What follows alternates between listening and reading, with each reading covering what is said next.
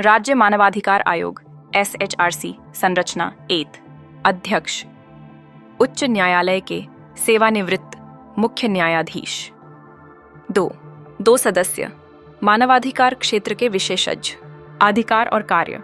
राज्य स्तर पर मानव अधिकारों के उल्लंघन की जांच, राज्य सरकार को मानव अधिकार संरक्षण से संबंधित सुझाव देना, जेलों और पुलिस हिरासत में होने वाले मानवाधिकार उल्लंघन की समीक्षा। 4 जिला मानवाधिकार न्यायालय ह्यूमन राइट्स कोर्ट्स। इस अधिनियम के तहत प्रत्येक जिले में मानव अधिकार न्यायालयों की स्थापना का प्रावधान है ताकि पीड़ितों को शीघ्र न्याय मिल सके। 5 मानव अधिकार संरक्षण अधिनियम में संशोधन। 2006 का संशोधन आयोग की स्वतंत्रता और कार्यक्षमता को बढ़ाने के लिए प्रावधान किए गए।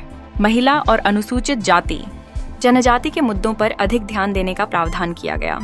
2019 का संशोधन आयोग के सदस्यों की संख्या और विविधता बढ़ाई गई।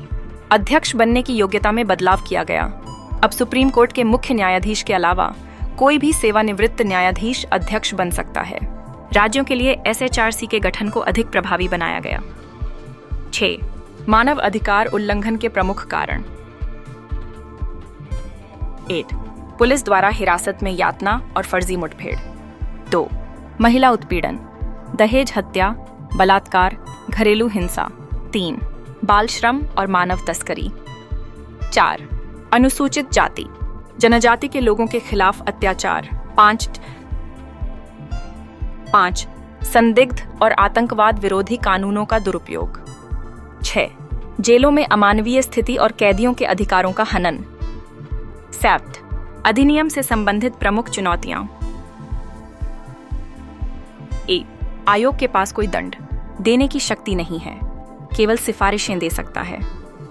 2 सरकारी संस्थाएं कई मामलों में आयोग की सिफारिशों का पालन नहीं करती। 3 मानव अधिकार न्यायालयों की कमी और धीमी न्याय प्रक्रिया। 4 राज्यों में SHRC का प्रभाव सीमित है और सभी राज्यों में इसकी स्थापना नहीं हुई है। 5 पुलिस और प्रशासन में सुधार की धीमी गति। 8 निष्कर्ष।